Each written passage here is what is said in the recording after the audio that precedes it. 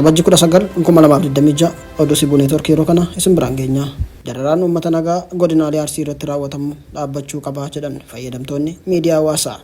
Ajjeechaa buqqaatii manneen uummataa gubuu fi hidhaan uummata nagaa godinaalee Arsii irratti raawwatamu akka dhaabbatu gaafatan. Uummanni Arsii uummata nagaa jaallatu, uummata kan qabu qoodee namaaf laatudha kan jedhan fayyadamtoonni miidiyaa hawaasaa uummata kana maqaa amantiitiin shira irratti xaxuun duula waraanaa irratti banuun dhaabbachuu qaba jedhaniiru. Rakkoon aanota godinaalee Arsii kanneen akka Seeruu, Sirkaa, Muneessaa, Heeban, Asaakoo fi kanneen biroo keessatti raawwatamaa jiru akka dhaabbatu dhiibbaan miidiyaa hawaasaa irratti taasifamaa jira. Namoota miidiyaa hawaasaa irratti dhimma kana balaaleffatan keessaa Dr.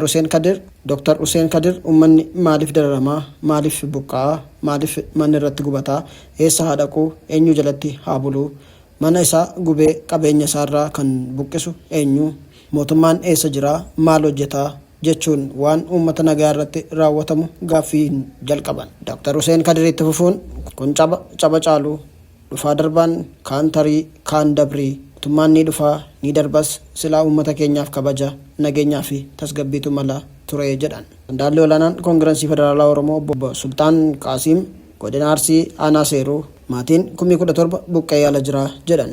Uummanni keenya kun sirnoota wayyaanes bara bilchiginnaas miidhamaa jira kan jedhan Obbo Sultaan namoonni maqaa isaatiin mootummaa keessa jiran dhimma isaa hin qabani. Kanaaf xiyyeeffannoo argachuu qabu, deeggarsas argachuu qabu jechuun barreessan.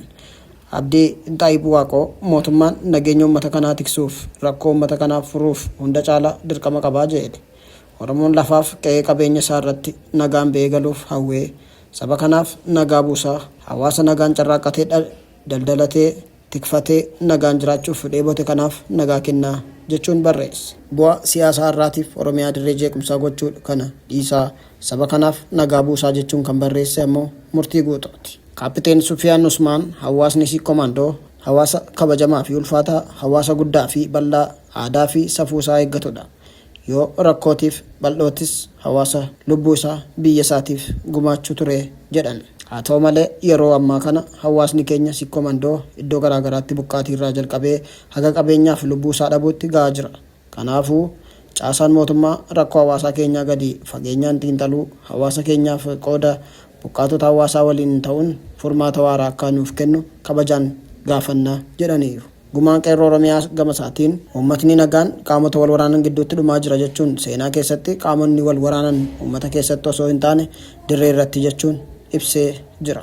Walumaa galatti fayyadamtoonni miidiyaa hawaasaa rakkoon uummata Arsii irratti raawwatamaa jiru akka dhaabbatuuf qaamonni hunduu shoora isaanii akka taphatanii fi qaamonni wal waraanaa jiran uummataaf jecha nagaa akka buusan waamicha taasisaniiru. Maddi OMN.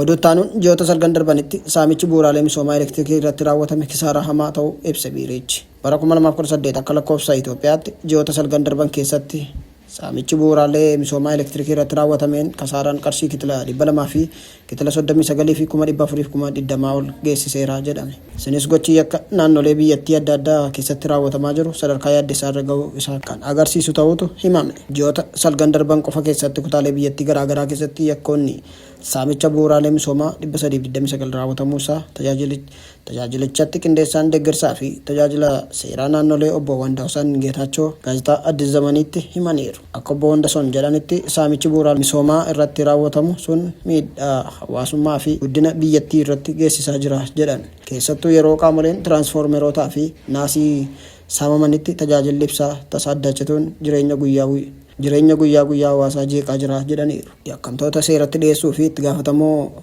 taasisuuf hojiiwwan hedduun hojjetamaa jiraatanis seeronni jabaan sunneen hojiirra oolaa utuu jiranii hannii fi mancaatiin naannoo adda addaatti raawwatamu amma sirrachuu akka hin dandeenye dubbatanii jiru.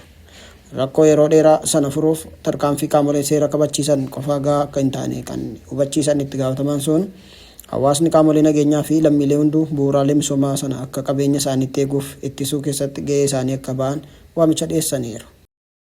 Xumura irratti koorporeeshiniin ijaarsa manneen federaalaa ijaarsa manneenii Juubaatti geggeessuuf akka jirutu dhaga'ame.